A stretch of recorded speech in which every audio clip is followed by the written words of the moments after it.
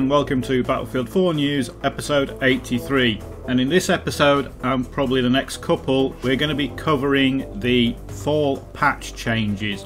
So there are pages and pages of patch notes, so I'm just going to go through them and explain what they are, what they do. So let's jump straight in with what they call the general fixes. These are all 1 or 2 line fixes, but some of them are really important. We have a fix for the vehicle entry crash, which has happened to me a couple of times, and also the gadget crash. Now I haven't had that at all. Improved soldier movement to closely match that of Battlefield 3 while still maintaining animation fidelity of Battlefield 4. What they've done is sped up the animations of soldier movement. So the character looks like it's running a bit faster. They've increased the speed at which it changes stance and in which you move from walking to running to sprinting. They fixed the invincibility at the A flag on Siege of Shanghai. There was a little spot you could stand where you couldn't take any damage. The pre-round ready state and countdown timers have been added to the start of every round, except obliteration, which has its own. But every round now you have to say ready and then the countdown will start. They've made crosshairs and optics a bit bolder and the colours are stronger so they stand up against pale backgrounds.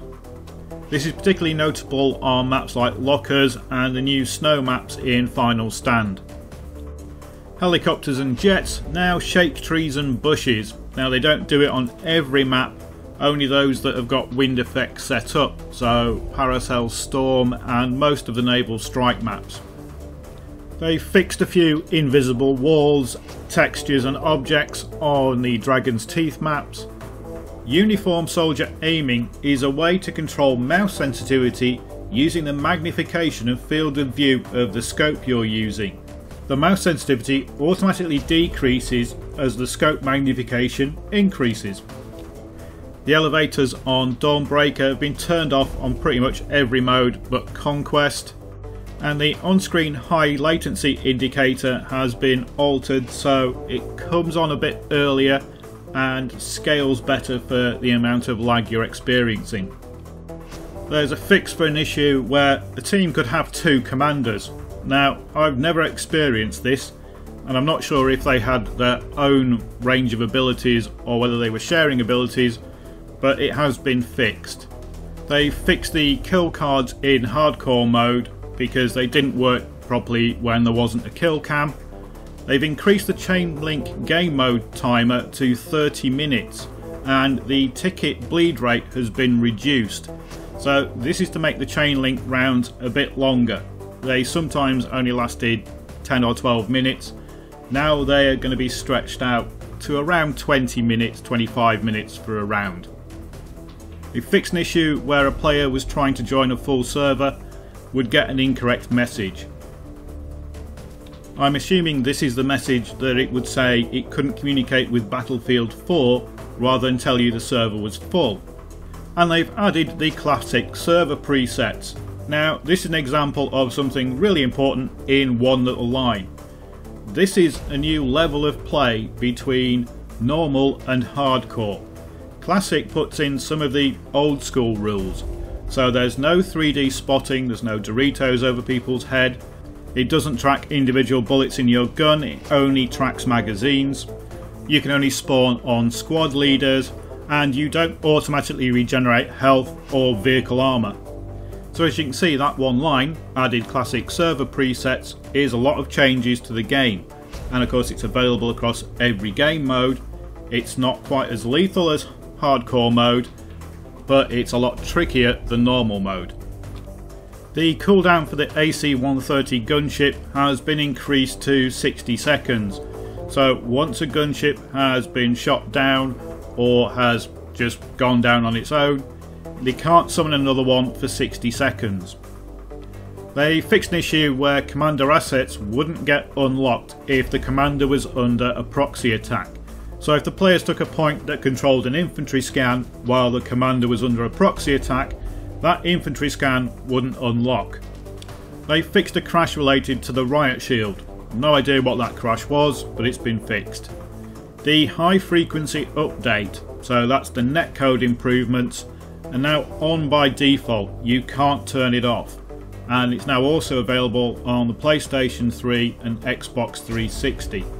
So now these high frequency updates automatically sense what level they should be at and run on their own. You can't adjust it anymore. They've speeded up the animations for the incoming damage indicators, so they now appear on screen a lot quicker than they used to, and they fixed an issue where players joining Lansang Dam after Levolution didn't hear the alarms going off.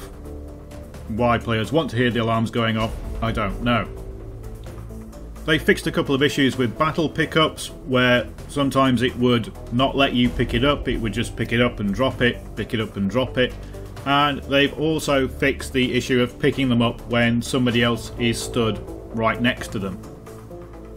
100 tickets is now the default size for Rush, so that's been increased. They fixed an issue where field upgrades would be lost if a player spawned into a vehicle. Now, I think it was only on the player that spawned into the vehicle, not the whole squad. They've tweaked smoke effects. The area of smoke is now bigger, it's harder to see through, and it lasts longer. They've fixed the way that some materials respond to being shot at. So sometimes you would get bits of concrete flying off, sometimes you wouldn't. So they've tried to make it a bit more consistent. Fixed an issue where squads could be bigger than 5 players. It was a bit rare. You could fudge it so you could get 6 or 7 players in a squad, but it didn't work very well, but you could do it. They fixed a bug where the gamer tag wouldn't appear in the emblem report screen. They've added a new player icon. If somebody's using the defensive perk and you spot them, it now doesn't show a little Dorito, it shows a small shield instead. So you can spot who is using the defensive perk and who's going to take more rounds to kill. They've stopped you swimming under the ship at Objective E on Paracel Storm. They've reduced head flinching on soldiers. There's another big change that's only one line. Effectively now your soldier doesn't flinch as much when he gets shot, which stops the soldier's head ducking behind cover or behind a wall without you actually having to do anything. You can now shoot when you're falling, so that's not just jumping up and coming down, it's going off a building or off a wall, something like that. On your way down you can now shoot. They fixed an exploit on Operation Lockers, but they haven't said which one, so don't know any details. And I slightly messed up this slide, so that's the same exploit on Operation Locker. They fixed an exploit on Metro near the US base, and fixed an issue on Dawnbreaker where players could get underneath the map. They've also finally fixed the exploit on Hainan Resort where you could get underneath the map on the US side, and they fixed an issue where players could hide behind one particular wall and shoot through it as if it wasn't there. And here's a nice fix we've needed since the game was launched. Health and ammo boxes no longer block defibrillators, so you don't have to shoot them out of the way before you revive someone. And they've implemented a permanent fix for the different class gadget exploit. The game now monitors what gadgets you're using with what weapons and what class.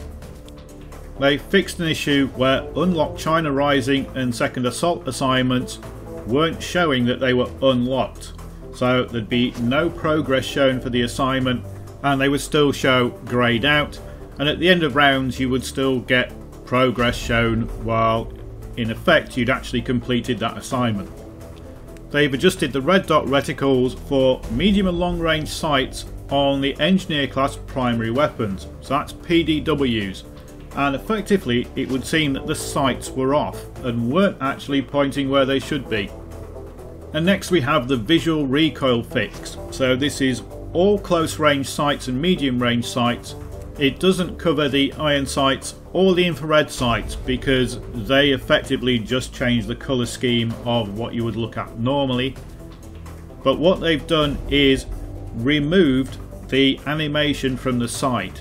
So when the gun was firing, the whole sight and the reticle used to move. and it moved it away from where the gun was actually shooting.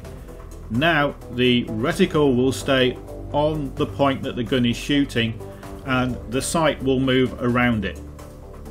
You can now set whether vehicle boost needs to be held, or whether or not just hitting the button once will turn it on and then you hit it again to turn it off.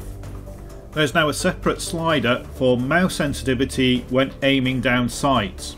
This is on top of the uniform soldier aiming, so if you use uniform soldier aiming, it now uses this new ADS slider as its base. They fixed an issue where cruise missiles would only work properly if the flag that controlled the cruise missile was held by your side. If you launched it and then the flag was captured, the cruise missile would basically not work. They fixed an issue on Team Deathmatch where the opposing teams could spawn on any of the random spawn locations and effectively spawn almost on top of each other. On Obliteration, the round won't end if a bomb is armed, so until that bomb is resolved, the round doesn't stop.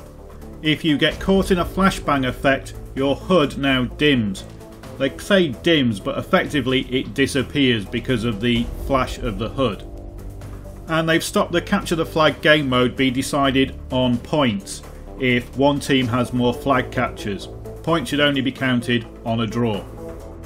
And finally, for this general fix, they fixed an issue on Lafini Gardens on Conquest Large where capturing B while the commander was under a proxy attack would not give an infantry scan asset.